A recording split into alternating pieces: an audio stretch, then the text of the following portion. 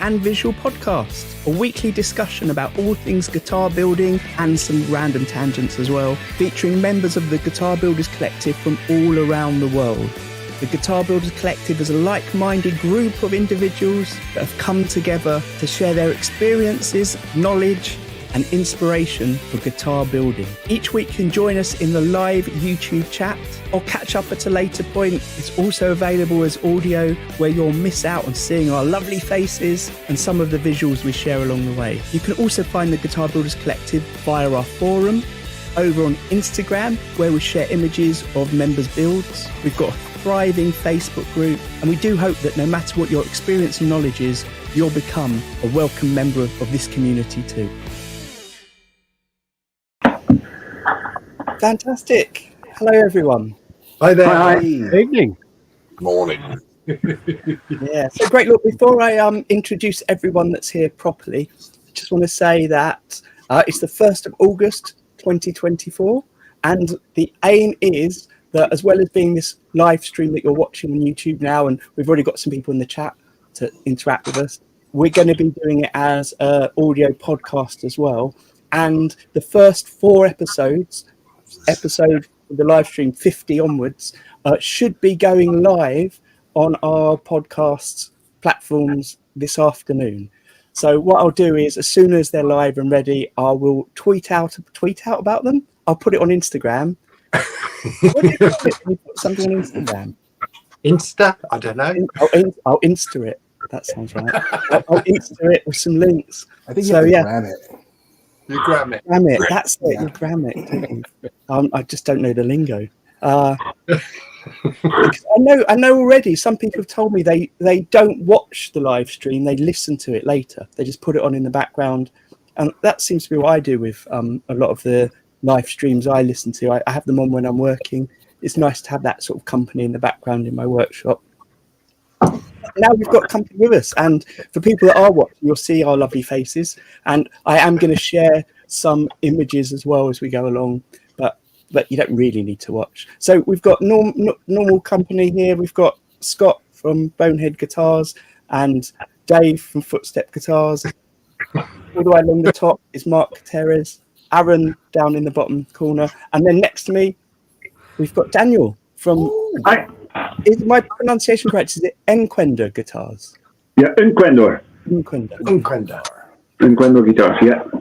Hey, I was just trying to look up, Daniel, what that meant, and I just started finding Lord of the Rings related things. Yeah, it is. It comes from the Elven language Quenya. That's, of course, invented by Tolkien, the writer of Lord of the Rings.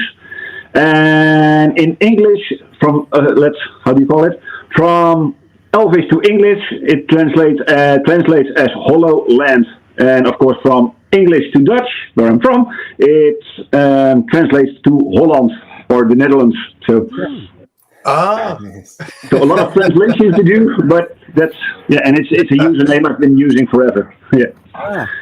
Does that tell us that some of your roots and love are in Tolkien and fantasy? And yeah. Besides guitars, I'm a huge fantasy nerd.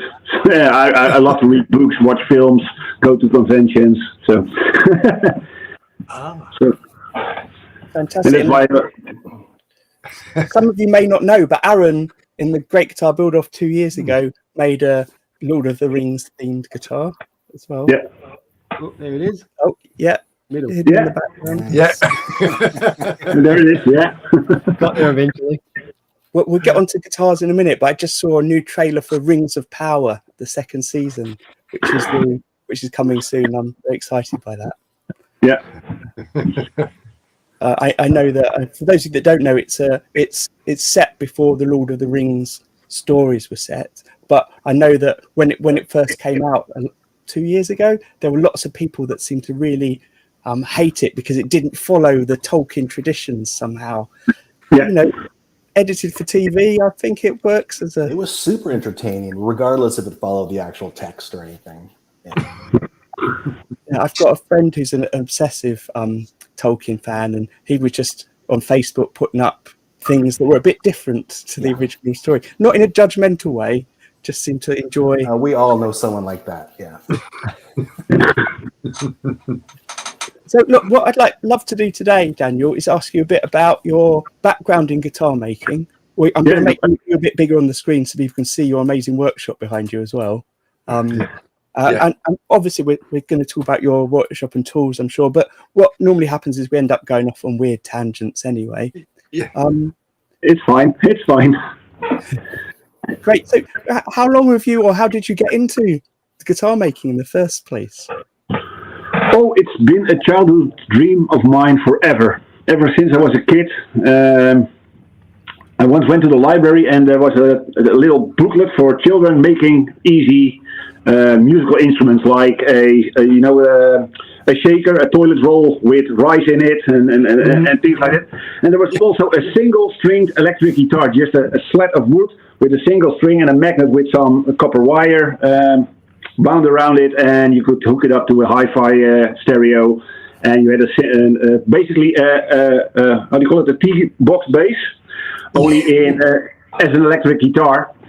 And I tried everything to make that, and I went through through town to the music store, to a wood supplier, you name it. But of course, nobody could help me, and internet didn't exist, so it quickly went nowhere. But it always been in the back of my mind. And I started designing guitars, just making drawings of guitar bodies, guitar shapes, drawing my favorite guitars, Les Pauls, SGs. But yeah, at where I live and in those days, no one told me that making guitars could be an actual profession. So I did what was supposed to be the smartest thing. Go to school, learn a job, and I went to become a plumber. So I've been a plumber for many years before I became an engineer. But always in the back of my mind was that dream of making and working with guitars. But I started playing guitar, and I had a full-time job, and eventually a house and a wife. So everyone knows that things like guitar making goes how do you call it? Goes on the back burner. And until I was playing one of my old guitars, one of my first guitars, and it detuned. And I tuned it again, and immediately while playing, it detuned again. And when I look down on an SG, the neck joint is real small, and the neck joint separated from the body. And just at that point, it was maybe a coincidence. I had made my first shed here in the back of my garden, and I had a small little workbench just for little projects. And I thought, well, this guitar is done anyway. It's maybe fixable. Maybe I can do it myself. And then I started looking up YouTube videos, how to repair a guitar neck.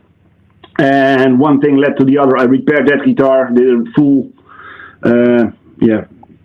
rebuild on that guitar, did some customizations to it, and that's when that old spark rekindled. And I thought, well, I have a little shed, I have a bit of money, some time. Let's try if I can make a guitar following these days YouTube videos, and that's where everything started. And after having done the first, I soon started making the second, the third, went on a course, fourth, fifth, and here we are today. Oh, amazing. I love that it was there from childhood. That's such a great sort of story back to it. I think a lot of people we speak to come across it later in life, maybe after playing guitars or through discovering that you can do it via YouTube. That's good to have that link back. Where did you do your course then? At Crimson's. Oh, right. Oh, fantastic. Oh, right. Yeah. Yeah, we've got a few other people that we've had on here before, or that we know through the Guitar Builders Collective, that have either just done a course or about to do a course. Cade from Raven is about to do one. Ray Baggett just did one. So I'd love to get them back on soon to talk about what it was like being there. But did you discover Crimson through YouTube then? Yeah, I discovered. Yeah, when I was looking up videos how to restore my SG, how to reglue a neck joint, how to refret it, how to do fretwork and such, and that's when I found Crimson in. That must have been 2016, 2017, so 7 years back, something like that. Oh, we've got also Paul from Mildhouse was there. Interesting. Maybe we need to do a special episode all about what you can learn at Crimson as an advert for them. Because I'm not sure if you know the backstory, Daniel, but one of the reasons this all came together was because a lot of us had sort of met each other through watching Crimson and the Great Guitar Build Off, etc. So there we go. Yeah. If it's all right, Daniel, I'm just going to share your website on the screen as well, so we can see some of the things you've built, because they're brilliant. So is it now something you're doing full time then, the guitars? No, it's part time. I still have a job for 20 hours a day, 20 hours a week, and then the rest of the time goes into Unquendor Guitars. Right, because it does seem like you're, especially if you look at your YouTube channel, you do make a lot of content. So I wondered how you had time to do all that. Let's find your gallery. And you do have a lovely website as well, which is really nice. Oh, thank you. Let me just skip to the top of it so you can see all your builds. I just love the way you say you started, Daniel. The fact that you sort of looked at that broken guitar and thought, well, okay, it's broken anyway. I can't do anything worse. And that's the sort of feeling I have if when I was just worked on an acoustic guitar recently, I thought, well, the thing's gone anyway. But it's a lot of fun to try and then get that back, and so satisfying, isn't it, when you actually do something that works? Yeah, especially if it's already broken and you know you can't afford to have someone else do it. Just give it a go. And I've been repairing all kinds of stuff all my life, and I thought, well, how hard can it be? and like you said, there is nothing to mess up, so just give it a go. Yeah. No. I love the way you actually you level your fretboards as well through the sander. I thought that was clever. Does that work all right? Yeah, you mean the spindle sander I used? Yeah, the spindle sander. Yeah, that works great. If you don't have nowadays I have a thickness sander, so I can also run my tops through and such. It is just a time saver. But the thing with fretboards is usually they can be quite hard to plane down to the correct thickness because of the grain structure, and it was something I was struggling with. And then I thought, well, is there a way? And of course, I saw the drum sanders on YouTube, and then I looked at my spindle sander. I think, well, essentially, it's a very small drum sander. Let's add a fence to it, and I can run a small stock through, like headstock veneers and the fretboard, and it works absolutely fantastic. So for anyone, give it a go. Yeah, no, I use it for binding, but I've not used it for fretboard. I have a thicknesser planer, but the problem with that is you do tend to get a bit of snipe on the ends, you know, which is sort of sloping down, and that is a bit of a pain. But that looked really good. Yeah, it works great. Yeah, just you can be very precise. Just before we started the stream, we were talking off camera about how we came across Daniel's YouTube channel, and there's links to that in the description. But Daniel, as well as obviously videos about the guitars he's made, he's got lots of videos talking about tools and equipment. And I came across, or one of the early ones I remember looking at was his way of slotting fretboards. And Dave had watched that as well, and now Dave's talking about the drum sander. So I think you should all check out Daniel's website as a resource for jigs and tools and ideas for making, which I'm sure we're going to talk about in a moment. Before we talk about your workshop as well, Daniel, which is going on in the chat, everyone's discussing how amazing it looks. I just want to ask you a bit about your guitars that you make, because obviously I've seen on your YouTube channel you do make guitars like the one you're doing at the moment, the Phoenix, which is like the Firebird design, but on your website you've got your designs as well. So I was just wondering, when you're making your guitars like these ones on the website that you're selling, have you got a few different designs that you work to, and how? Yeah, on my website are my two main designs. So they're called the Nessa and the Sonia. And what's scrolling by right now is my Nessa model.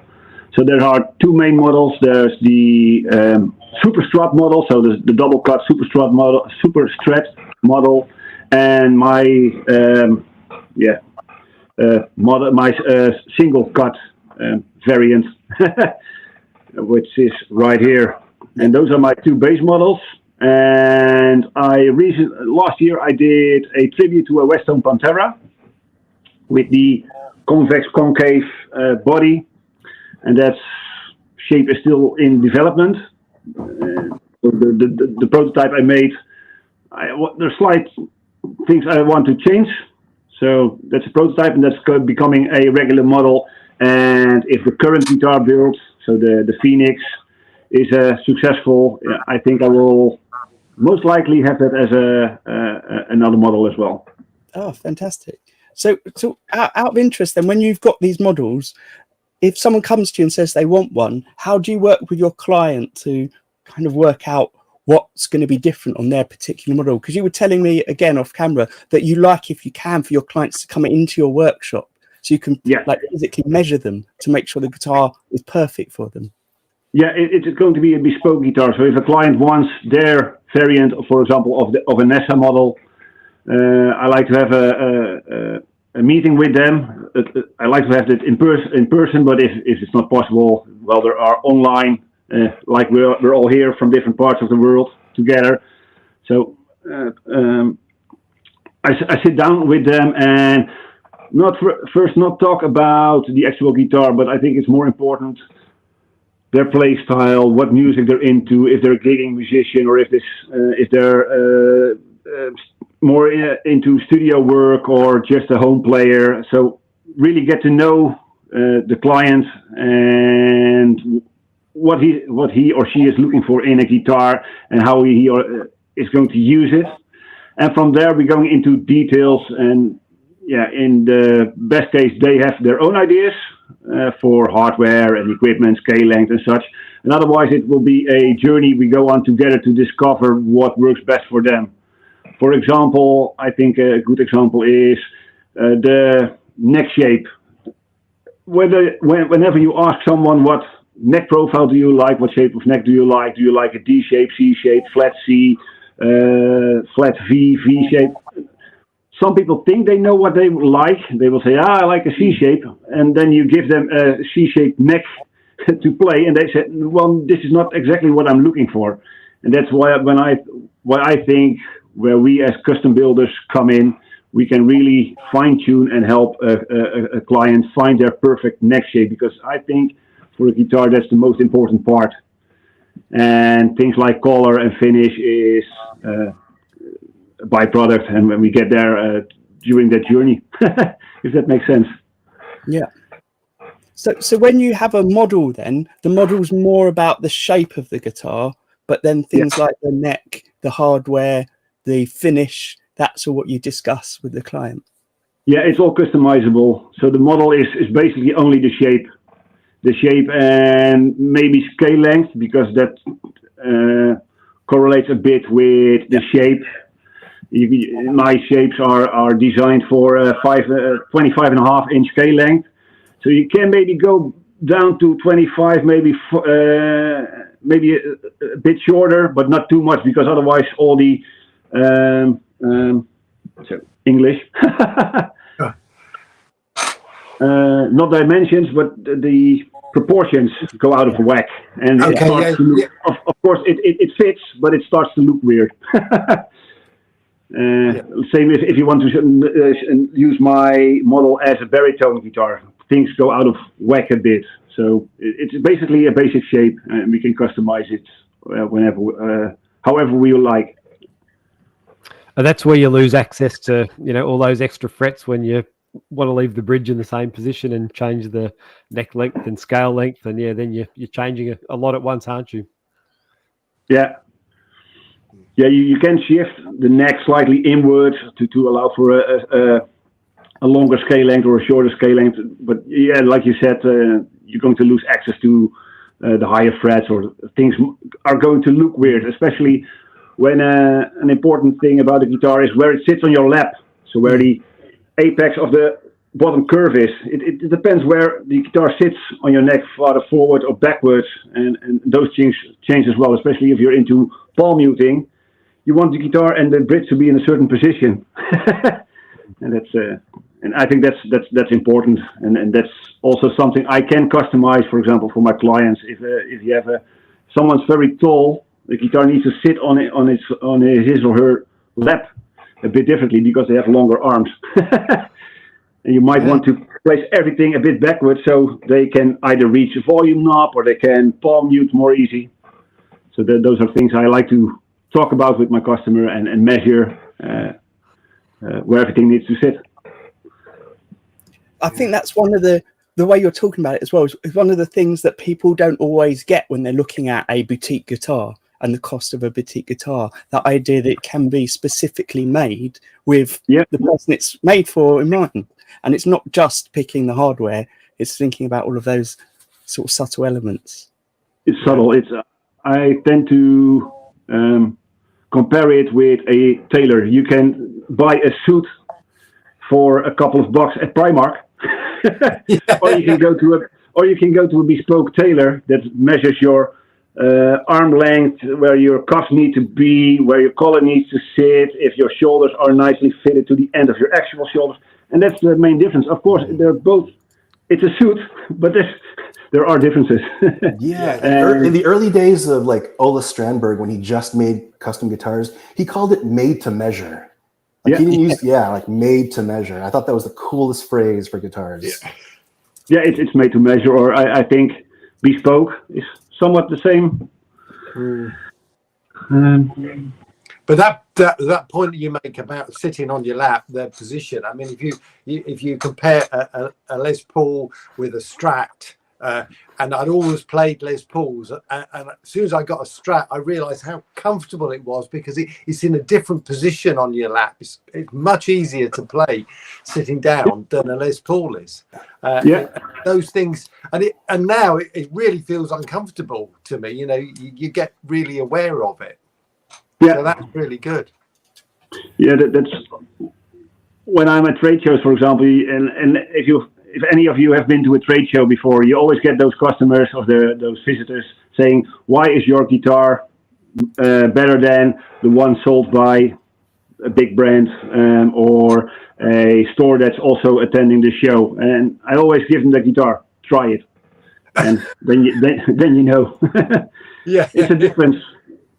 It's a difference where it sits, like you said, where it sits on your lap, how comfortable it is to reach the highest frets. There's slight differences, but they do count.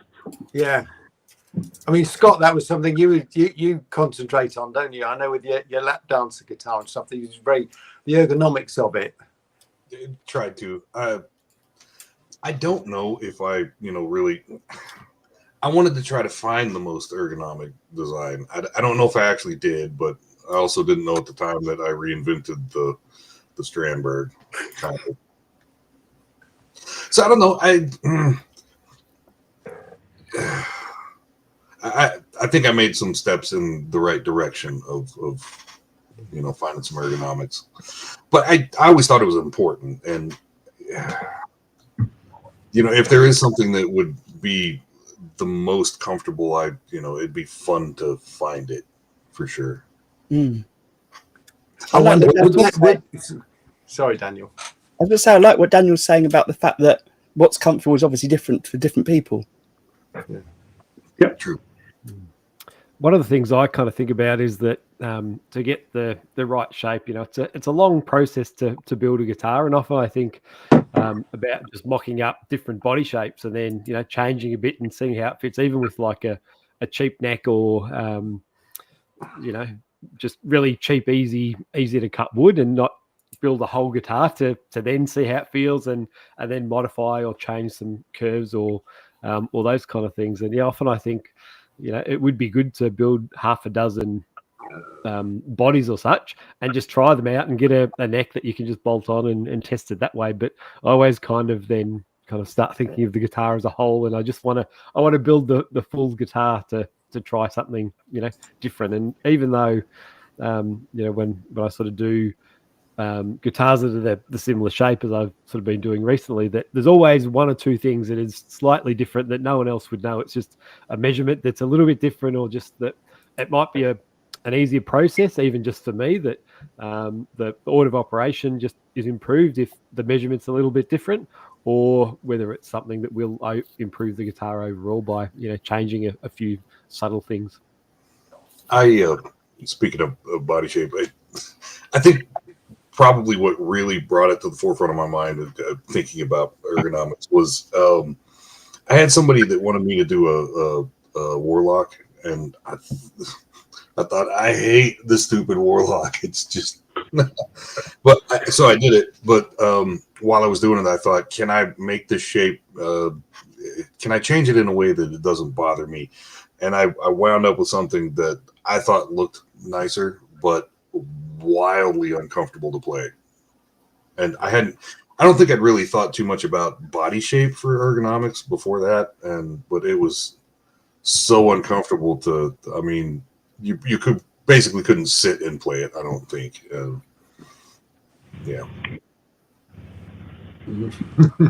I just wonder, if you get to a point where you've got a really comfortable guitar, is it going to look any good? That too, but I mean, in trying to find the most comfortable design, I really wondered if it would be just god awful to look at, or or if it would have an aesthetic of its own. It would have its own aesthetics, I think. But I forget the fact that guitar people are stupid. Yeah, I was about to say, there's whatever you like or don't like, someone else likes or doesn't like the opposite. I don't know for sure, but I think I lost a fair number of votes in the Great Guitar Build-Off, specifically because of the way it was shaped. Perhaps, yeah. I was experimenting for a while with generative design, which is like a computer using its intelligence to design, right? And this idea of you can give it a body and then it can design around the body, right? So like if you're designing a chair, you would give it a human butt and then it would design the perfect like flat surface for the butt, right? Okay. And so the idea was, I'm going to design like, I'll tell it what you could technically give it the body shape of a human, like the abdomen, the chest, the arm, and it could design around it, to make sure that it is ergonomic. So that's a possibility. I've never done that, but that's something someone could do. And it would probably, like you said, the ugliest thing in the world, but it would be the most comfortable. Yeah. Daniel, what's the most important thing for people when they're buying a guitar? In terms of the customization. It really depends on what type of player they are. I had mostly collectors buying guitars, and they just want something unique, something no one has. It has to be good quality and it has to be unique. I even have sold a guitar to someone who I think to this day hasn't even played it once. But he just wanted something unique, something he could talk about, brag about. I don't know, but there are those kinds of players, and then you have your players, so your professional, semi-professional players, and they want playability and I can't recall the word. They have to be it has to be a reliable instrument. They don't care about a little dent or a little scratch in the paint or a little a mark they still can see on your fretboard. They want a reliable, playable guitar they can use day in, day out on stage, or when they're teaching. I had some guitar teachers as my customers, and they wanted a guitar they could play all day, every day. Right. And they could take it out of the stands, and it would be in tune. They said they don't have the time when they are teaching, for example.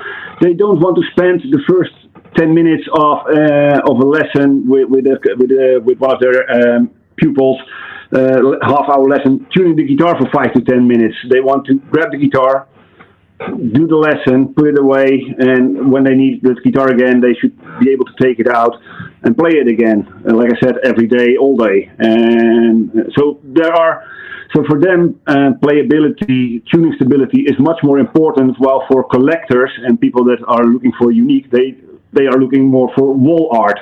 Playability to them comes second. They want to have something unique and something that's beautiful to look at. So that's why I think it's very important to sit down with a customer. What are you looking for? What are your intentions for this guitar? And I do the same for my stock guitars I build for my stock. I invite a customer over if possible. I lay them all out for them, have them in their room on their own for an hour, however long they like to play the guitar or all the guitars, and then have them make a choice. And more often than not, they go away with a different guitar than the one they came in for. Yeah. That's because it's so personal, and there's no one size fits all. That's my opinion. There's no one size fits all guitar. I think that's amazing that people can go away after a conversation with a guitar that's different to what they went in with, because it means that they've had a conversation about things they hadn't thought about before. Because definitely, the guitar builder, you're going to see the guitar in a totally different way. Actually, I watched Mark from Ferrotone Studios the other day. He had a video where he took a standard Chapman, I think it might have been a double cut, and made it into a Strandberg guitar by cutting it up. And he was saying it made him realise about all the ergonomics, that it isn't something he'd ever thought about before he'd actually had to look at how it was made and physically made. Yeah, and like I said, sometimes, of course, not all, but a lot of the guitar world is very conservative and biased.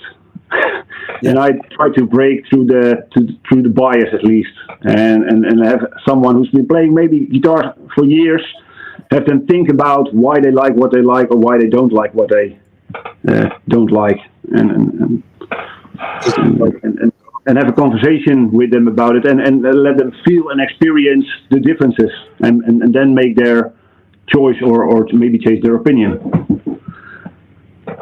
Yeah, well, Menno in the chat just said that he thinks that working guitarists probably stick to the traditional things that they know, like Les Paul and a Strat, because they don't have the risk. They don't want to take the risk of trying something new out when they know that is a reliable thing. But which is sort of what you were saying. That's why you can chat to someone, and when you can do something bespoke, you can kind of mitigate some of that risk, because you can build up a trust with someone, a rapport. Yeah, and that's the hard part in this business, getting the trust, building trust, because you have to get that one chance to build the trust and deliver on your promises. And that's, I think, the hardest part. Yeah. Yeah, well, I've just had one. It's a real pain in the arse, this guitar I'm painting, because I've had a lot of difficulty finishing it, which is something I was surprised by, because I feel like I'm quite good at guitar finishing, but it was using paints I hadn't used before. And I've had to do it a few times because the person I'm making it for plays guitar on Twitch for a living. And he said the guitar needs to be seen close up. So the finish needs to be perfect. So I can't do something that's not perfect. So it's interesting that his use is slightly different to, if you're on stage, you don't see it in the way you will on a 4K camera, which is like looking at your hand while you're playing. Yeah. JL in the chat just asked, what's the strangest yet surprisingly comfortable shape you've come across or built? I saw Dave's already answered that in the chat. Dave, you mentioned Strats. Yeah, my red Strat is probably most comfortable, except for one thing, that it's a gloss finish, and I find it slides off my leg. It was a bit annoying. It would have been better if with a matte finish, to be honest with you. Dave, that's exactly my gripe too. I love the Strat, except I play on my leg. It's always on my leg and it slides off. But I don't think it's the gloss finish, because I think with the Tele, because the Tele's flat, there's no bevel, it stays on my leg just fine. So I think I love the contours of the Strat, but if only that one part didn't have a bevel, it would be ideal. Once upon a time, besides a belly carve, I would also do a carve, on the lower part too. And when you do that on the back, it makes it want to slide off way worse. So I hadn't thought about texture on the bottom, but I do know that the shape, can have a huge effect. I hadn't thought about beveling in the front. Maybe that would make it. I don't know. Probably not. But now I got to think about texture. Well, I like the strap bevel at the top for your arm. I think that's good. Well, I think the biggest thing you can do, to make something comfortable to play is the arm bevel. So mine have started to get more and more pronounced and more rounded. But yeah, I mean, when it comes to playability, that's like the number one thing I think you could do. But now I got to think about texture. Well, I know a lot of guitarists will sand the back of their guitar necks, so that it's not so glossy to help. I've always understood, or I don't remember where I got the information, but a long time ago I had heard that gloss makes it a little harder to slide.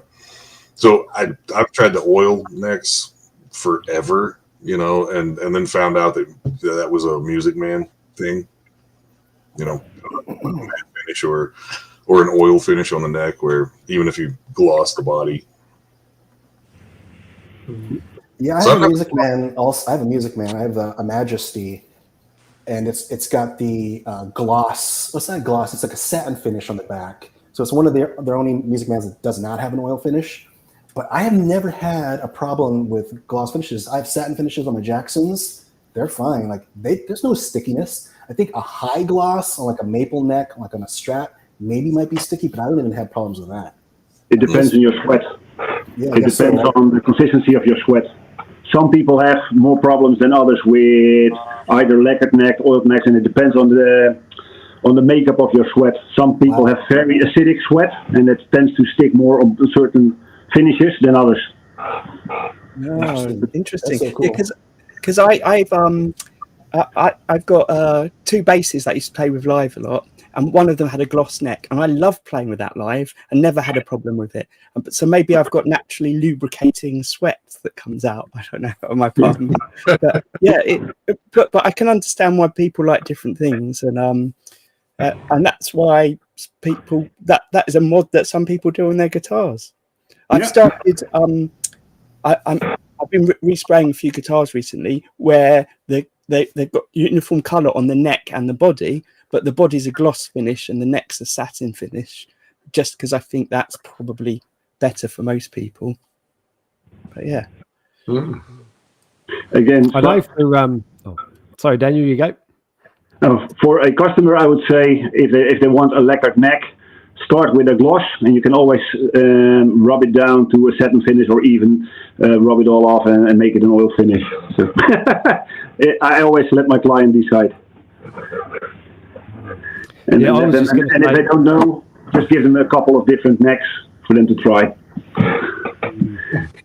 I think it is feeling what the difference is. I know that when sort of people that I know sort of play mine can say that use an oil or a wipe on poly finish, that in terms of like comfort and feel, that's often the first thing they'll say is the feel of the back of the neck, as opposed to like a high gloss.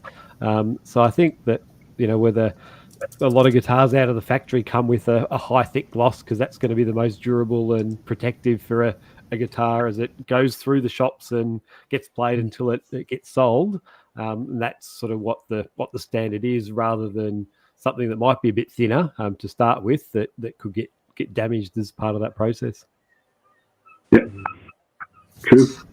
I think that standard's also changing, right, Aaron? So like I've seen a lot of like baked maple, and a lot of the baked maple necks are not high gloss at all. They have some kind of like satin finish or some kind of oil finish. I mean, Mark, you've played guitar live for a long time, haven't you? I mean, what's the best finish you've come across in terms of the back of the neck? Well, that's the thing. Like for me, it can be any finish. Like I can pick up any guitar and melt some bases. It doesn't matter to me anymore. But I do prefer now, like these days, to have like a satin finish or like an oil finish. Those two are fine. Yeah.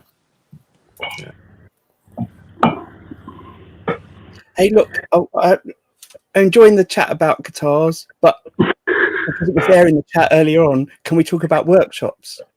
Yes. If you don't mind, Daniel. Yeah, I'm fine. I'm here all day. So.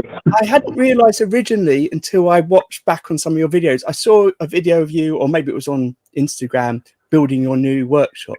So I just assumed you were building a new workshop because you could, not because of necessity, because your old one was literally falling apart. Yeah. It's quite a horrible experience, I imagine. Yeah, it was. It was a bit gut-wrenching, to be honest. Yeah. and because obviously it's not just a problem for working, it's the cost as well. So am I right that part of what was happening is the foundation was giving way? Partly, and that's what I initially assumed, the foundation, because I'm in an area that was 50 years ago, this was a swamp, literally a swamp. And so my garden is still setting, it's sinking every year. So I imagined it was something with the foundation. The previous shed was on almost a meter of Tempex. And I thought that it would have caved in underneath, and one of the corners of the shed sank with it. But as it turned out, because the back wall of my shed is south-facing, the sun is baking on it all summer, that the planks are shrinking at a different rate. Near the center of the shed, they're shrinking 2 mils more than on the other side. So you end up with tapered planks, and they just give room.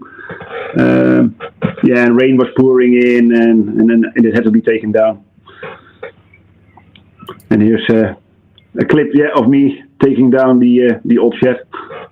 Yeah, I'm gonna share on the screen some of your Instagram reels of you working on it, if that's all right. Yeah. But I know you've got videos up about it as well, so that people can check out.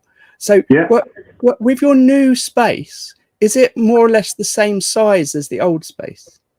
No, it's slightly bigger. It's a bit wider, but not as long. So the way I'm facing, it's half a meter shorter, but it's almost a meter wider. So in floor space, it's more square now, and I gained only a square meter. But because it's now more square instead of elongated, it's more practical. Mm. Hey, look, before we go into the layout of it, Mick's asked a question in the chat. Did you make changes to the shop design to mitigate those issues that you were talking about the heat and the floor? Yeah. It's on the top picture in this reel. You can. I have the piles driven in now, so the entire shed is now standing on nine very, very big screws. Wow. So they're almost 2 meters long. Yeah, here's a clip of them screwing down piles. And there's an entire hardwood foundation on top of that, and there's the sheds sitting on. But unfortunately, you can't see it, but the first shrinked problems are already happening on the shed. I'm almost back there at where I was, unfortunately. So, yeah, I think they sold me two not fully cured wood yet. So I've been trying to contact the company that supplied it, what we're going to do about it, because I can already look outside through the cracks. Cracks, that's the word. I hope there's a solution for it, because obviously it's very different, different climate and different situation to us in the UK. But on some of the UK workshops and sheds you get, it's built in a slightly different way. Instead of the just wooden slats, it's more like a board that's on the inside, and then the slats are on the outside. Mm-hmm.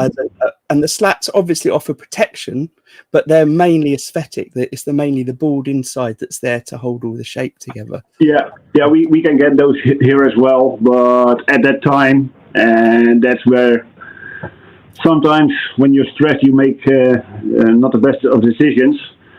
because I was very worried about delivery times, and those sheds took way too long to my taste to be realized. And they could supply this, and it's custom made.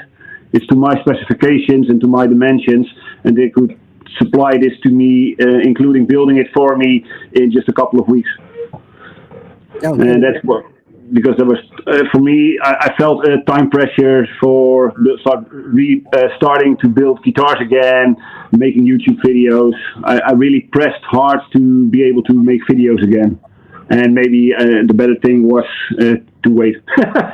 Well, who knows? Who knows what the better thing is? I can tell you, I moved to where I am now and had a space built, and the company that built it said it could be built within 2 weeks, but it took them 6 months. And what ended up happening is I cleared out my old workshop a month before they came in, and that was just all in around my house and everything. And I had 6 months not building anything and not being able to live in my house properly because everything was stored here. And it was not a pleasant experience. It really put me back on my guitar building, it put me back on doing anything really. And that's so crazy that we have almost like similar stories, because that's exactly what happened to me. I had to like move all my stuff out into my backyard. I literally had a CNC machine in my backyard, like all my tools just covered with tarps till my work was built. So and then, again, couldn't build, couldn't make videos, but like I converted this office to like a makeshift little studio to build here on this table. But yeah, man, the same pains. Like we all had the same pain points. Yeah, you hear it from everyone, and there's no way to know what the right or wrong choice is until it's happened, and then you don't know if the other alternative was the best way anyway. But there you go. So, but what I'm intrigued in then, I know it's a slightly different shape, but obviously you had a space that you'd worked in for a while. Is your new layout, very similar to the old one in many ways, or did you use it? Yeah, it's very similar, and except for my workbench, my previous bench would be a quarter turn different, so it was underneath a window right here, and I really wanted something I could invite clients as a sort of desk, which I could also use as a desk to get clients over. And to make it easier to film and present videos. So a presenter's desk, as you wish, doubling as a workbench. And there's a video of me trying to figure out the layout. And while I was working on the workshop, I had my tools and my machines in different spots. I wanted to create, for example, a wall of tools for all my power tools and all my big machines in the back of the shed with one dust extraction system and only having to run very minimal ducting.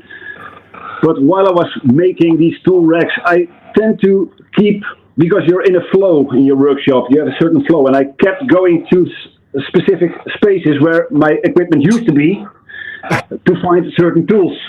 And then I said, well, it will take too long to get used to a new layout. And I thought, well, if this is my routine now, and this is the way I move through my shop, I should just honor that and just put the equipment back where I tend to go naturally. So I soon realized I already developed a natural flow through my shop, and I adjusted the shop to that natural flow. Yeah. I tried to arrange things some time ago, and I still find myself, I'm going, where the hell did I put that? Just rearranging stuff it's just not a good idea. Yeah, I find the same. I love looking in my shop at spaces that aren't used properly anymore. So like I've got a whole rack where I've got loads of saws hanging up, but I don't use those saws for guitar building. They're things I might use if I'm doing some DIY or stuff. So I've just looked at it recently thinking, well, that can go. I can put something there that's actually useful for me. But I recently moved a magnetic strip that had my scissors on it that was above my workbench. I moved it by about 30 centimeters. And I keep looking up and thinking, where have I put my scissors? Because it's not exactly where it used to be. And I keep missing it. So I'm looking around everywhere for them. And it's just ridiculous that even that small distance, it's just not in my eyesight anymore. Daniel, with you obviously use a French cleat system there. How much did you find moving it around and getting it in the perfect spot before it kind of stayed in place? Was that a positive that you could move things to try it out first?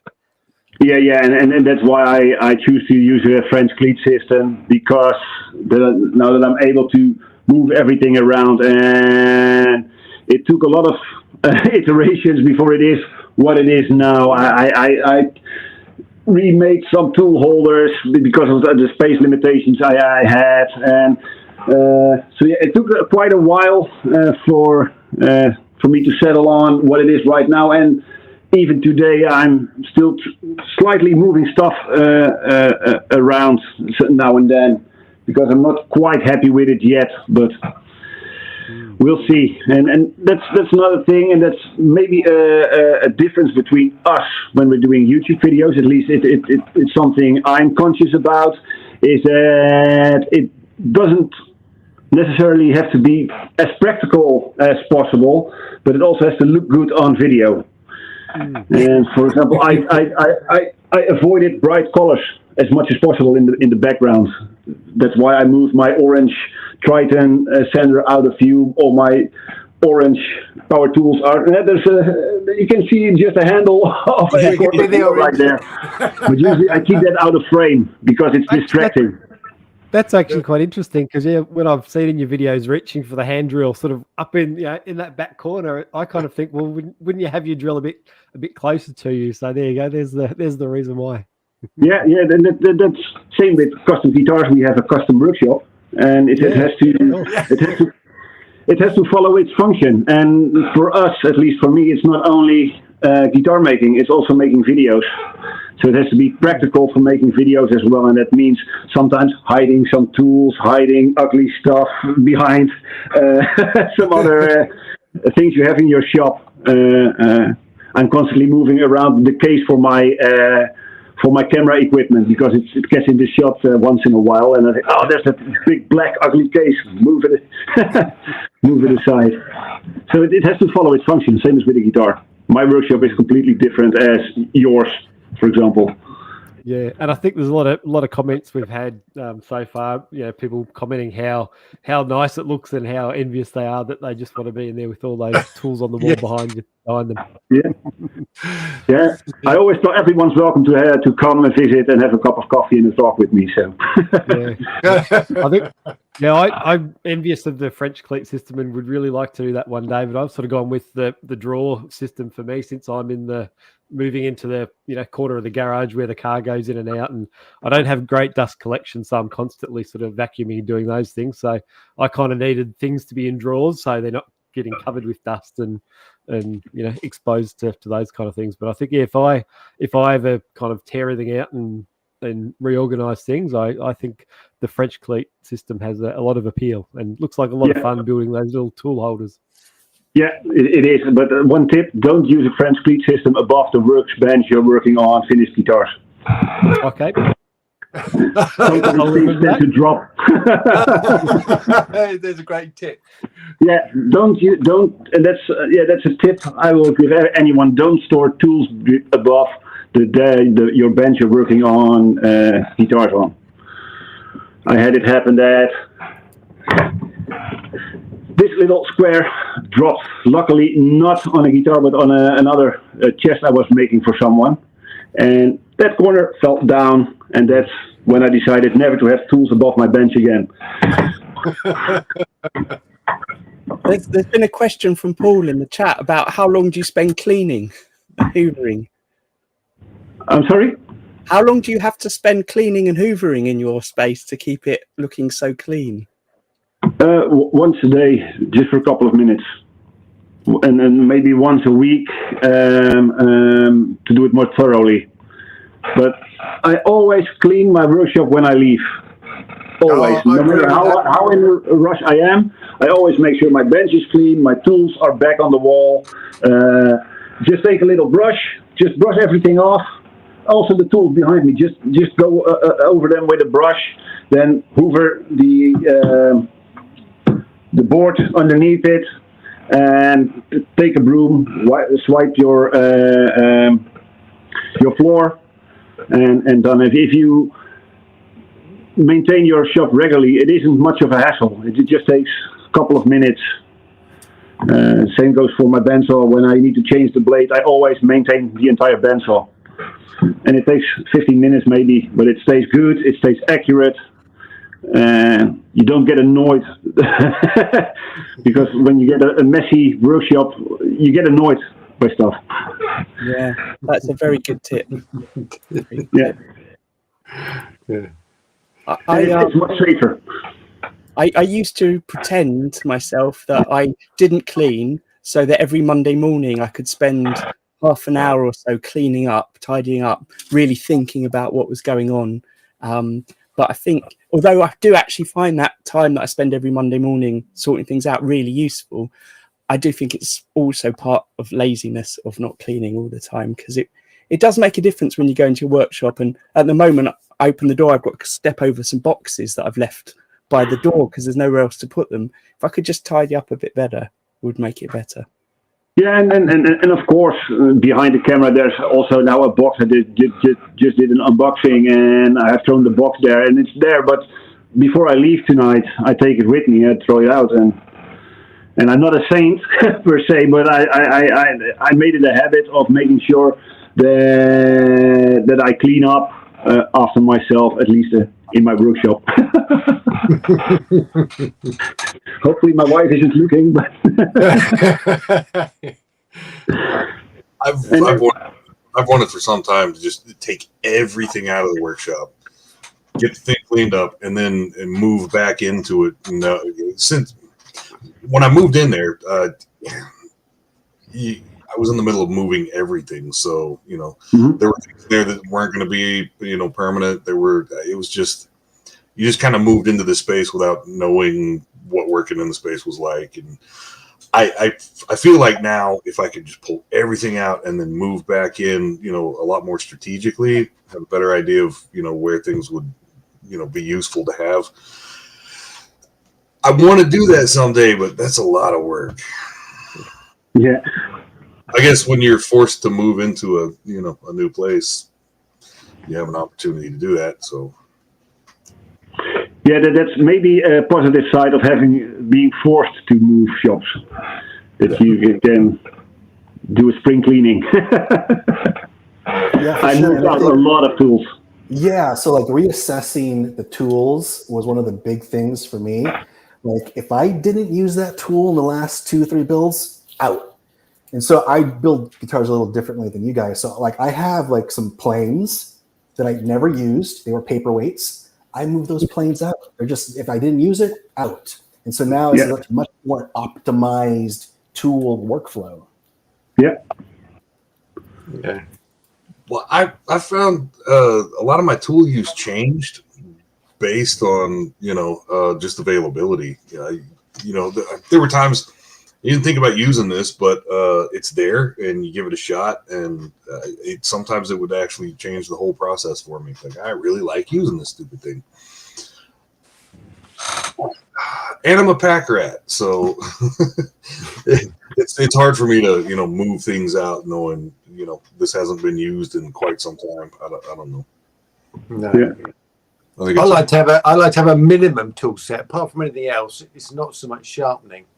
And the other thing I've found is if it's not on the wall and I've put it in a drawer, then it's probably not going to get used. So I just keep a small set of tools on the wall, and that does the job, I find. Yeah. Mm. Yeah, I earlier in the year when I was doing a lot of sorting out, I cleared out some drawers which had stuff in which had never been used, and that's where I now put the tools that I think I don't use them very often. They're going in the drawer, so presumably in another year's time or 2 years' time, I'll come back to that drawer and those things will then get cleared out. I can't go straight to something that's on the wall to being disposed of or given away. It needs to have an in between the hidden drawer. But one thing that I want to ask everyone, which I found was an absolute game changer for about 6 months, and then I haven't used it since, was an apron. Do any of you wear aprons? Because I had an apron with pockets in, and it always had a couple of pencils and a pen, a little set square, and a ruler in it. And it was just so helpful.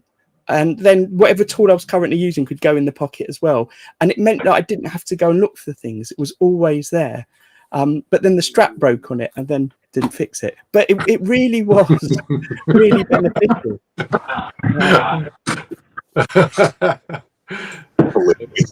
No apron. Can't say, yeah, I've never done that. The idea appeals to me. I kind of like it, but I haven't tried it.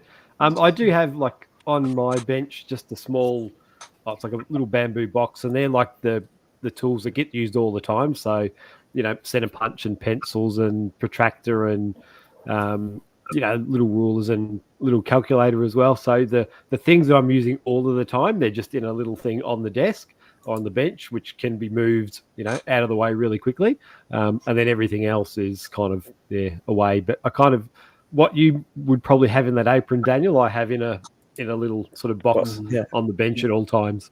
Same here, Aaron. I have a ceramic mug. It's about that tall. Yep. Pencils, rulers, one screwdriver. Calipers. That's the other thing that's there. Everything's in there. I can move that little ceramic mug all over my bench. Yep. Yeah. We're just piled unceremoniously on the bed. Be shoved out of the way to. Yeah, there we go. Oh, look at that. Apron, I'm not opposed to the idea, but man, most of the time it's way too hot. An apron would kill me. Yeah, that's true. Yeah, summer over here to be too hot for me too. Yeah. But I can't tell you how many shirts I've ruined with super glue and wood glue. I've ruined so much clothing. Half of my wardrobe is shitty clothes that I've had people. I've got a pair of shorts that they got so many holes in them. They're more hole than shorts. And I've had people comment on videos, wanting to chip in to buy me some new shorts. I'm like, no, I don't want new stuff because it's going to get filthy and it's going to get torn and get glue and shit on it. I don't, I don't know. Sometimes when I go to the store after being at the shop, I wonder if people think I'm homeless. When I was at university, I used to work for an artist who made quite messy work. So we always had overalls to wear. And so when I got my first workshop, I used to have these overalls that I put on every day. But it doesn't matter how dirty the overalls got and how tight they were zipped up, something always got onto the clothes underneath. So then I just started having clothes that I changed into when I got into the workshop. But then always my clean, nice clothes would suddenly get a bit dirty. So they'd become my new workshop clothes and I chucked my old workshop clothes. And then I just gave up. Just got to accept that I'm never going to have nice clothes again. They're always going to get a bit of paint or glue on them. But the shirt you're wearing right now, Daniel, is very fashionable. I like it a lot. Oh, yeah. I want it. It's actually hot here. So I've gone for something. It is hot. It's got a hood, but it's got short sleeves. My excuse is continuity, gentlemen. We're video producers, so we've got to wear the same thing all the time. I have a whole arrangement of different shirts I've been wearing throughout the week in the living room or over the chairs of the dining table. Then I have to look up on the camera what the latest clip was, and I have to match that shirt. Yeah, for sure, 100%. And I lost continuity in my last video. I was actually recording a demo, and I realized, oh my god, I'm wearing 2 different shirts throughout that demo. You got to think about continuity. I don't always get it right, but in some of mine, I often have a shaving continuity issue that I'll film something a couple of weeks later that I want to put in earlier, and I notice it and have a giggle, and no one else would. But it amuses me as well, kind of thinking, what did I wear last time, or does it matter for this particular part of a video, and or does it just look like it's the next weekend and I'm wearing something different? My biggest problem with wardrobe is getting not just sawdust but chips and shavings and stuff in my shoes. I get home from the workshop, take the shoes off, and I gotta try to peel all this shit off of my socks.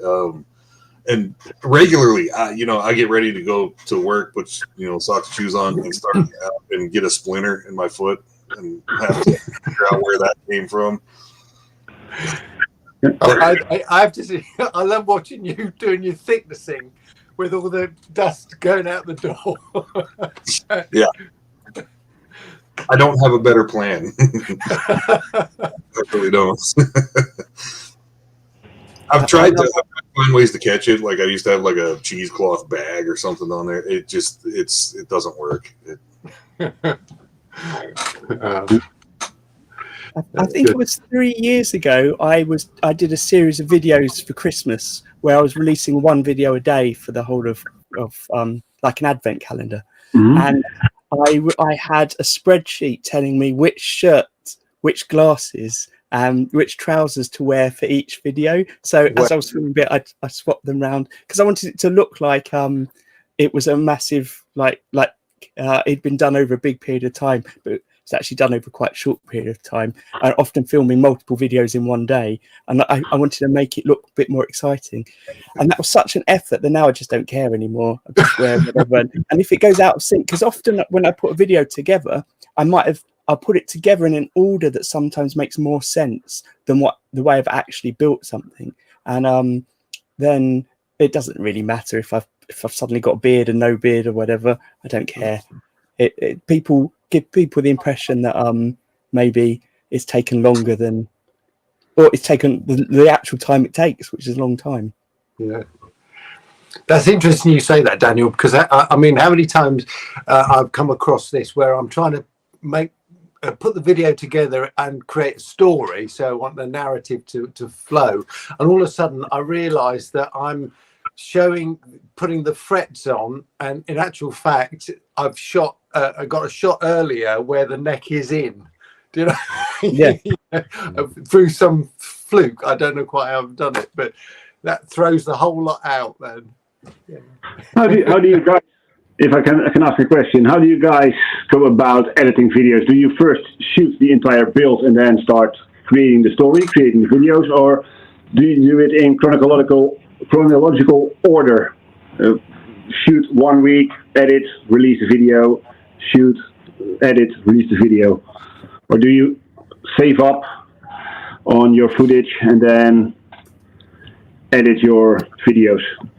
I know for me, when like the builds where it's been a series, all of those ones, because I do all my filming on my iPhone, so I've got to kind of upload to clear out the memory.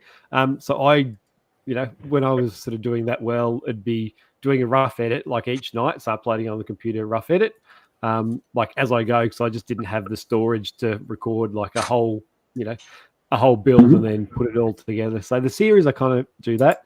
Probably the more one-off ones now, so I've got probably 2 or 3 on the go, and it's sort of doing a rough edit same thing as I go. I like to kind of do it as I go, and then I get some ideas, and then that might lead me to film something different the next time. So yeah, it's sort of a rough edit as I go, and then when it's all done, fine tune and add things in that I might want to do. But yeah, I've never done like a whole build or everything and then looked at the footage. It's always going through, the footage to some extent, and at least getting something started and set up. Right. Yeah. I try. I really try, but it takes longer to get things edited for me than it does to actually produce them. So I try to stay current, and it slowly backs up. And yeah. I mean, I would normally do it. Like you've described, I would shoot it and edit it as I'm shooting, effectively, so that when I come to edit it, it's fairly sequential and it's just putting them all together. But that's to create sort of a series. At the end of all of that, if I do like a super edit, then it's a question of going through and picking the bits that tell the story all the way through. And that's when sometimes I get a problem, because it might be, when I'm actually working, I'll be doing a bit on the body, and then that's got to dry, so then I'll work on the neck, but that doesn't actually necessarily make sense when you do a super edit, because it's almost best to get all the body bit done or all the neck bit done, and so it gets a little bit difficult. But it's really shot and edited at the same time. But I mean, Mark, what's your approach? Because you're sort of a complete Yeah. Video. I don't do series anymore, so it's a one build, one video. So for me, it's just like it takes maybe a month, right? So I'll save it up, and I have 4 projects going on at the same time. So I'll shoot, ingest the video, and I'm just ingesting. I'm not really doing an editing. Keep working as the weeks go by, and then I'll do like a rough edit, just like you, Arran. And then it's the rough edit that tells me if I need any B-roll, right? So if I need to go back to get B-roll, I'll get that. And then at the end, like I do the demo. It's like the last thing, which is actually not that hard. And then I'll do like the final edit. And then that month worth of video, I mean, there's hundreds of hours, gets shut down to like 15 minutes. Like 15 minutes. And I'll try really hard not to go over 15 minutes because viewers' audiences, like, I mean, no one watches that long. And then that month's worth of work is just published one go. Simple as that. And then you got the good thumbnail, so people see the final build in the thumbnail, and they can watch the progress from start to finish. Done. Also, when I'm sort of filming, like I don't record like half an hour of doing something to cut down later. So, you know, I'm only filming for 20, 30 seconds, a minute, couple of minutes at a time, and kind of almost thinking like, what in the video sequence, what shots am I going to have? And all right, I just need to film 2 minutes of this, and the next 20 minutes I'm going to put the camera away and get on with sort of doing the work rather than just like the open filming, and then later on I'll work it out. So often that it's almost like pre-editing that I've kind of got in my head if I'm doing a process. You know, the 2 or 3 shots that I want from it, make sure I get those, you know, and I like sort of getting in as close as I can to just, you know, see the detail rather than sort of back a bit.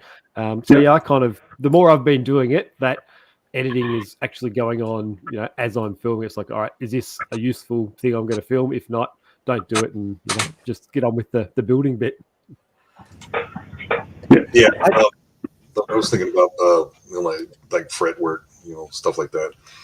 I filmed just enough to kind of show that you're doing it, and if you got anything to say about it while you're doing it, you know, and then turn the camera off. Try to save some disk space.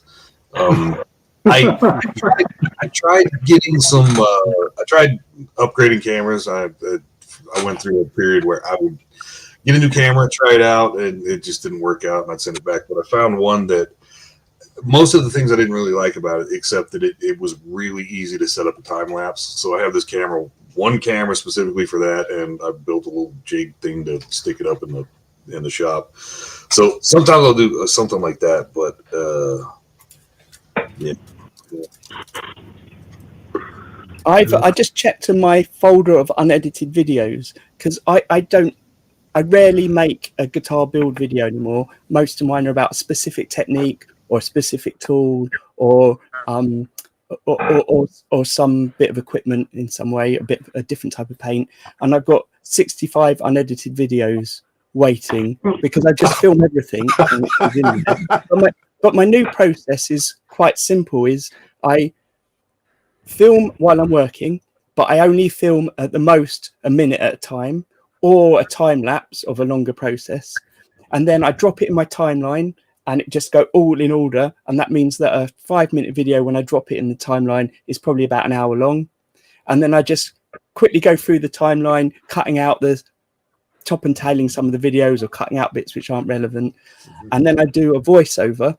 So I never film myself anymore. I just do a voiceover for a very specific reason, which is I can do the voiceover while I'm watching the video back. And then I can, with the software I use, you can edit it like a Word document. So it transcribes my voice. I cut out the bits that I don't need or the mistakes I've made or rearrange little bits as I need to. And then I've got one thing of me telling the whole process when I've watched back the video of me doing it, which is now maybe 5-6 minutes long. And then I cut the video clips to match, if that makes sense. And that means sometimes I have 4 things on the screen at once. Sometimes I might speed something up. Sometimes I might just cut a little section out. And I find that process now takes me a lot less time than it used to. I don't bother doing anything like color balancing anymore because although I think it looks good, it just takes up too much time for me anyway, the way I was doing it. So I just put them together and that seems to be working okay. But my videos are getting a lot less views than they used to. But with my videos, what I found is people aren't, because I'm not making build videos and things like that, people that find my videos aren't normally subscribers. They're people that are looking for how to use that tool or that bit of equipment. So some of the videos have had loads of views over many years, and it's just slowly built up because that's a thing that people always want to know. Like I've got one on how to install EMG pickups, and that's just a regular people, someone's got a new set of pickups, they need to look it up, but they're not going to bother subscribing to my channel because they just need to, that instruction, if that makes sense. But the editing, the voiceover as text has sped everything up so much, and that's why I've stopped filming myself as well. Interesting. How do you do it, Daniel? What's your approach? I think similar to your approach. I shoot during the week, and usually what you see on Monday is what I did the week before. So I shoot while I'm in the workshop. I shoot parts I want to show. So I have my talky bits, my showy bits, teaching stuff, and then like you all with boring stuff, I tend to, or boring stuff with the work that takes longer, like radiusing a neck or doing fretworks. I also shoot tidbits of it, shoot 1 minute here, 2 minutes there, just different angles, just to show the process. Usually at the start, a couple of minutes at the start and a couple of minutes at the end. And in between, I listen to podcasts, or these days I started streaming. So I turn off my recording, I put on a live stream, switch the camera back on, and I started streaming. For example, last week I streamed the entirety of me sanding the radius in the fretboard.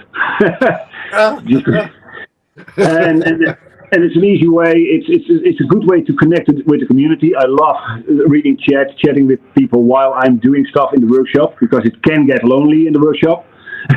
And if I'm not live streaming, I usually have either a live stream that I'm watching, or a podcast or video that's just playing in the background. And then in the weekends, Saturday night and the entire Sunday, I spent editing the video for Monday, if I can. This week, unfortunately, I don't seem to have time to edit the video, because it takes almost 2 days to edit the video. Right. Well, thank you for giving us your time today. Yeah, no problem. No problem. Yeah. Menno in the chat just asked about what we think about live streaming like that. You were telling me earlier as well, one of the things you like about live streaming is you get to interact directly with people.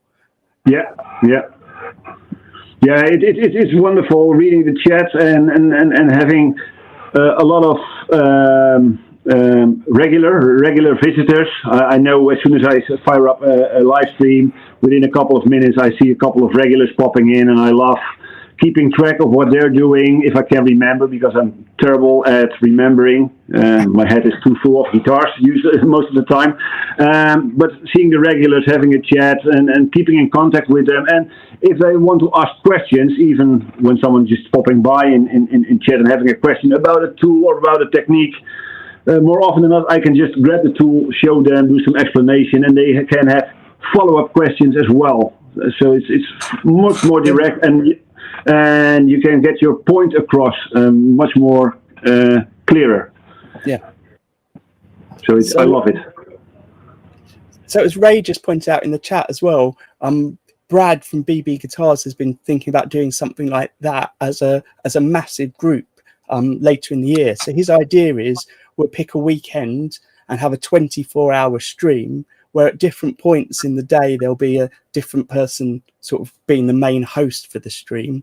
But anyone that wants to join in, because with this software we've got here, we can have 25 people at any time streaming in. It will only show 15 at a time on the screen, but you can rotate through, so people can join in from their workshops and build along and ask each other questions. So Brad's just trying to work out how the logistics of that, or we all are, and then we'll let people know. And I think what we'll probably have is, if you want to join in, you can just let us know. We'll send you the link. Even if you want to join in last minute, it might work. If you want to watch along, because I think, as you were saying, Daniel, that chance to interact with people directly in a live stream as opposed to answering a comment on a thread where it might be a bit delayed is very different.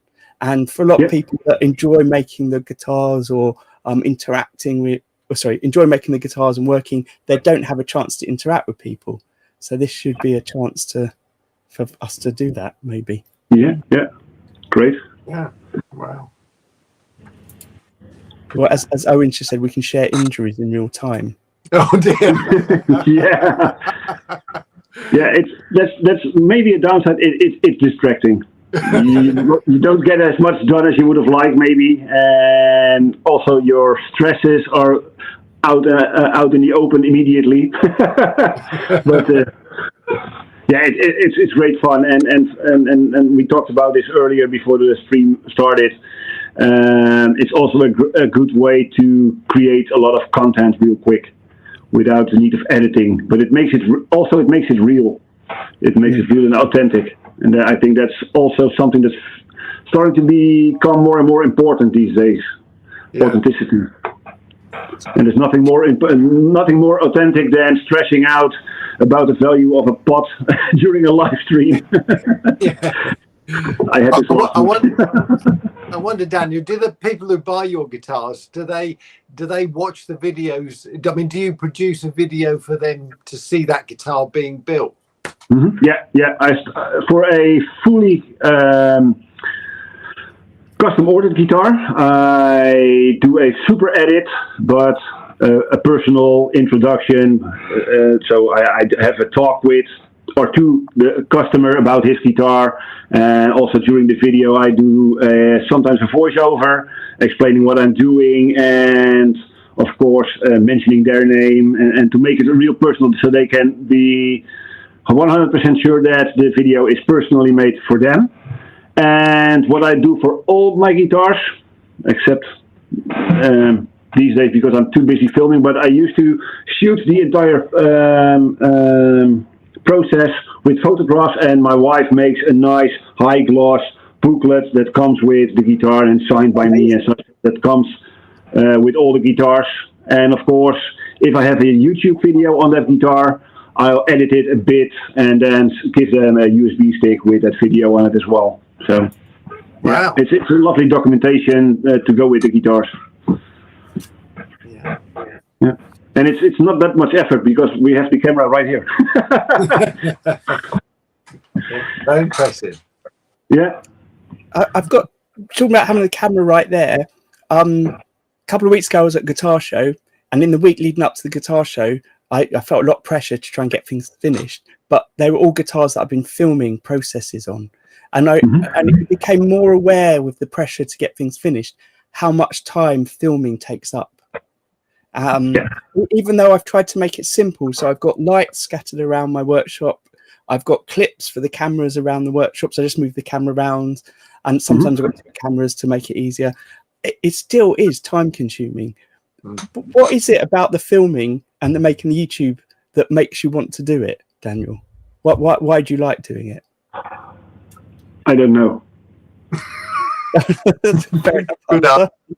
I really don't know. Are you craving attention? No, not really. Not really. Of course, I'm very happy when you get positive feedback, and when you see 20, 30, 40, maybe 100 people in your chat room watching your live stream, and you see you have a couple of hundred views within a couple of hours. Of course, that's good for your ego, but it also comes with a lot of stress and a lot of imposter syndrome. So is it about the attention? No, not really. I don't know why. I started YouTube because I made a guitar for a customer who wanted to share it with his fans, and we needed a platform to easily share videos of me making his guitar, and that started YouTube. And I have a natural inclination to start explaining what I'm doing when I think someone is watching. And yeah, with the camera, someone is watching. Big Brother is right up your nose, so to say, or right up your face. What's the correct English? So I started explaining, and that started off me making tutorials, and that started the whole YouTube journey. And I don't know, I just like it. Sometimes it's a curse because it takes up a tremendous amount of time, an enormous amount of pressure. but it's addictive. I can't put it any other than it's addictive, and I just love creating videos, guitars. I don't know. Yeah. As Nick just said, it's another creative outlet, and it's something that's addictive because it's creative and enjoyable. It's hard to not do, right? And it's enjoyable doing it. So why would you not do it? I realised recently that my hobby is definitely video editing. I enjoy doing that, whereas because I can't say my hobby is guitar building because I'm trying to say that's my job. So my hobby is the editing bit that I do on the side. But unfortunately, it does sometimes, some weeks, take up more time than the making, which is trying to get that balance right. For me, it takes up more time. It's very satisfying, isn't it? And it is a form of, obviously it's a form of art, it's a form of creativity, and it's a form of connecting with people with the same interests. That's the thing as well. But it is very addictive. I know what you mean. When I go out and start building guitars, if I haven't got the camera there, I just it doesn't have the same it feels naked. Yeah, it's a strange thing. You can't live with it and without it. It's like you're married with your camera. Yes. I hadn't really thought about it too much before, but really, I think for me the biggest thing is documentation. If I wasn't recording, I don't think anybody would know what I do. No, it's also a way to get your brand out there and to get. Yeah, it's also marketing. Let's be honest. It's also part of the marketing strategy of our brands, or at least it is for me. Try to convey the quality and the possibilities of having a bespoke guitar, and preferably an Unquendor guitar, or a Bonehead guitar, or a Devil & Sons guitar. But you know what I mean. So it's also a way of us getting our names out there, because otherwise we're just men in shed. Yes. For me, it used to be partly advertising.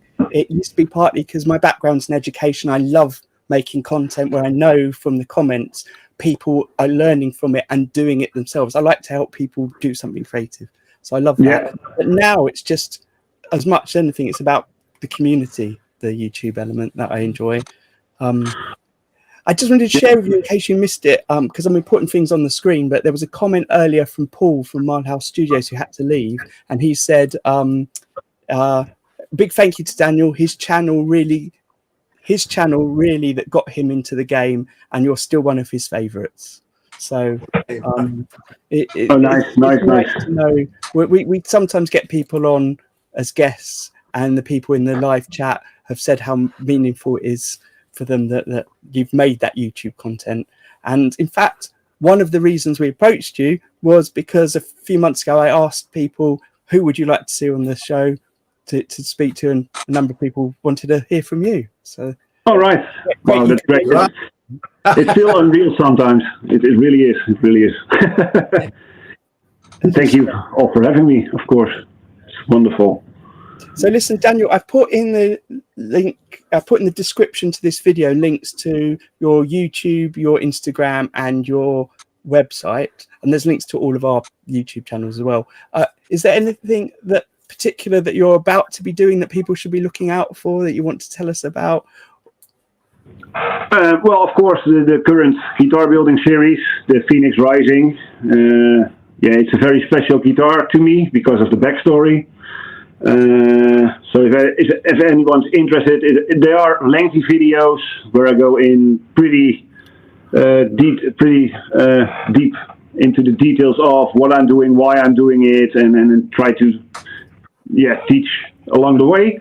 And that's something I'm very proud of. And of course, live streaming. And I'm not sure yet how I'm going to go forward.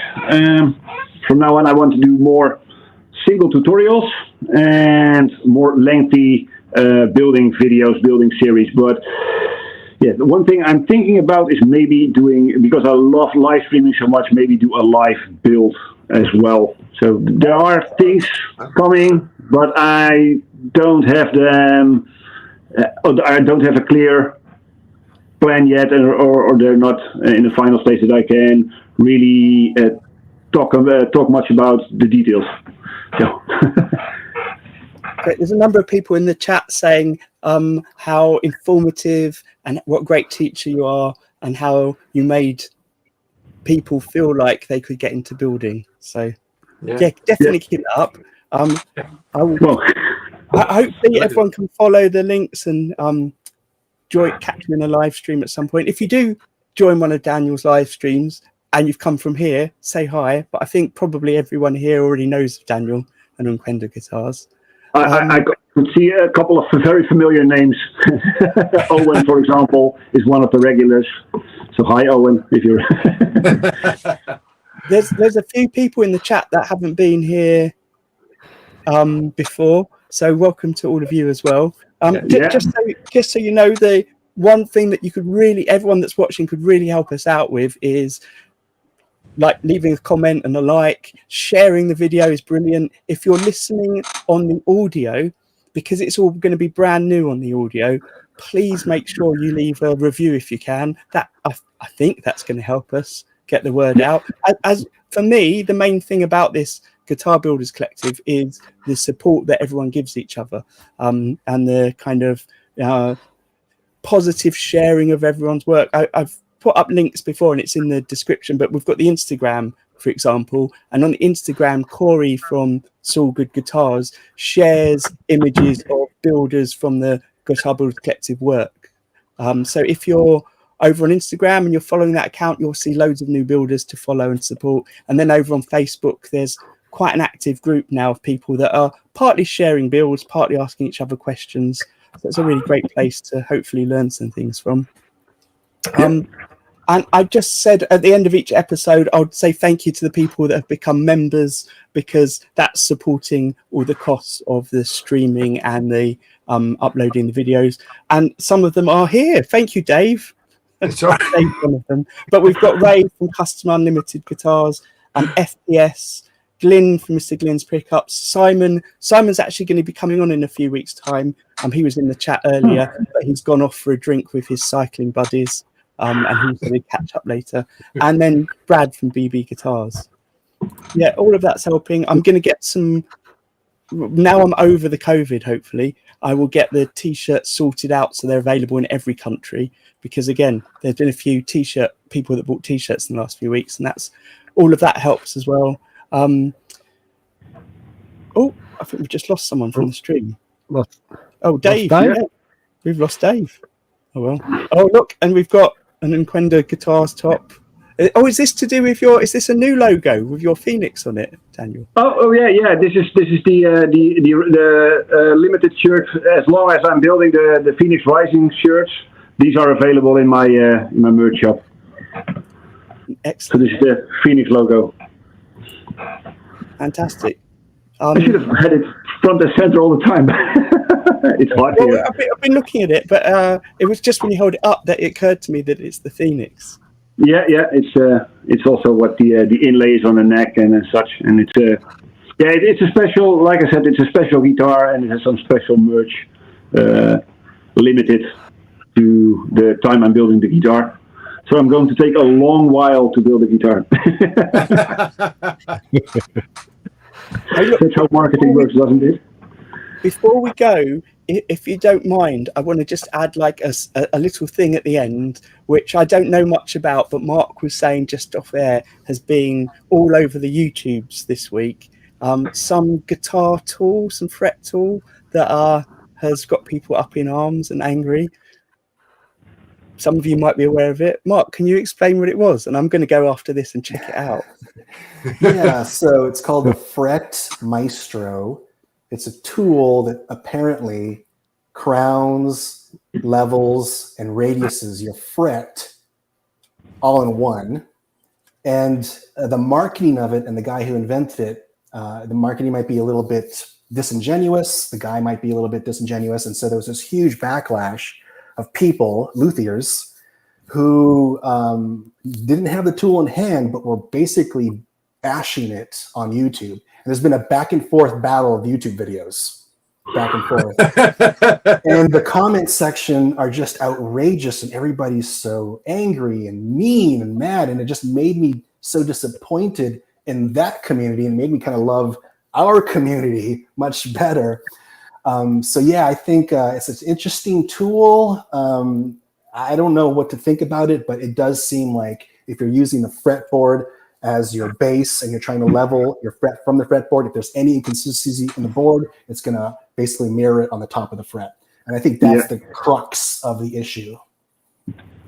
Yeah, intriguing. I am intrigued to go and watch that out. I'm intrigued that people have got so heated about it, which must be a good bit of marketing for them, because surely people are now going to buy it to disprove it doesn't work, but then maybe discover it does work. Who knows? It doesn't sound to me like I can understand quite how it works, but I'm always up for discovering new tools. I noticed Ben from Crimson Guitars has been promoting his new way to shine frets with a special lever tool. So there's always innovation, whether it's good or not, I don't know. Have any of you got the fractal fret press yet? It's from Jedward Guitars, I think. And unfortunately, I was on the waiting list for ages, and then my name came up, but I didn't have the money at the time.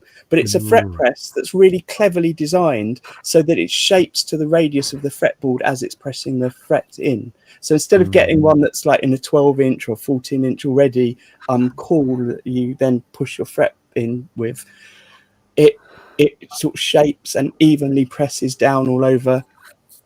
I don't know how good it is, but it looks amazing, and watching it is very satisfying. I guarantee I guarantee you in like 2 or 3 months, there'll be a Chinese knockoff. Yeah, probably. I've just bought a rubber hammer. I can't change that now. It wasn't that long ago I finally just bought a fret press, and I'm not happy. It didn't seem to do as well as I had hoped. Mixed results. Yeah. Well, Yeah, I've got the Crimson Dead Blow hammer, and that works just fine for me. Rubber hammer from Home Depot. I'm waiting for that tool that comes out, the extension of the crowning, leveling, etc. all in one. I'm waiting for that tool that just puts the frets in and does everything in one go. Well, see, that's the thing. It made me think like all the discussion and all the debate and all our processes for leveling frets. I want to make that moot completely and just disrupt that whole design. Like there's got to be a new design, right? And I keep thinking about like Togaman Guitars. He builds the cello guitars, and he designed a mold that's basically the fretboard and the frets in one. So I don't know if it's injection molded. I don't know what kind of material it is or what kind of polymer, but one day there's going to be a material that's going to be strong enough, right, that can actually withstand a nickel fret, and it'll be an all-in-one. And you won't have to level. You want to do anything, we'll just buy them pre-made. That's what I'm looking for. There has been a brand, it was called Catalyst, and I don't know, it was a Dutch brand from the University of Delft here in the Netherlands, but they made carbon fiber guitars and necks, and they had a fretboard. I believe it was a carbon fiber, and it was like tiles. So the fretboard was tiled like this. So the upper slope and then the edge of the slope was the fret, and then the next slope started. So it was all in one. It was one piece, neck, fretboard, frets, everything. But that brand doesn't exist anymore because of it was too futuristic. It was 20 years ago that they tried it. Yeah. So I have seen it and I have played it. It played marvelously. It was very smooth. But so the designs do exist already. Yeah, and like Togaman, like I've heard him play his cello guitars, and it's just smooth because you can basically get a fretless slide, but it's also a fretted instrument, and it sounds beautiful. The only problem is cello strings are much softer than our guitar strings. So our guitar strings would eat through that material really quickly. We need a new material, and we need a new manufacturing process to be able to build those with actual, rounded crowned frets that are radiused.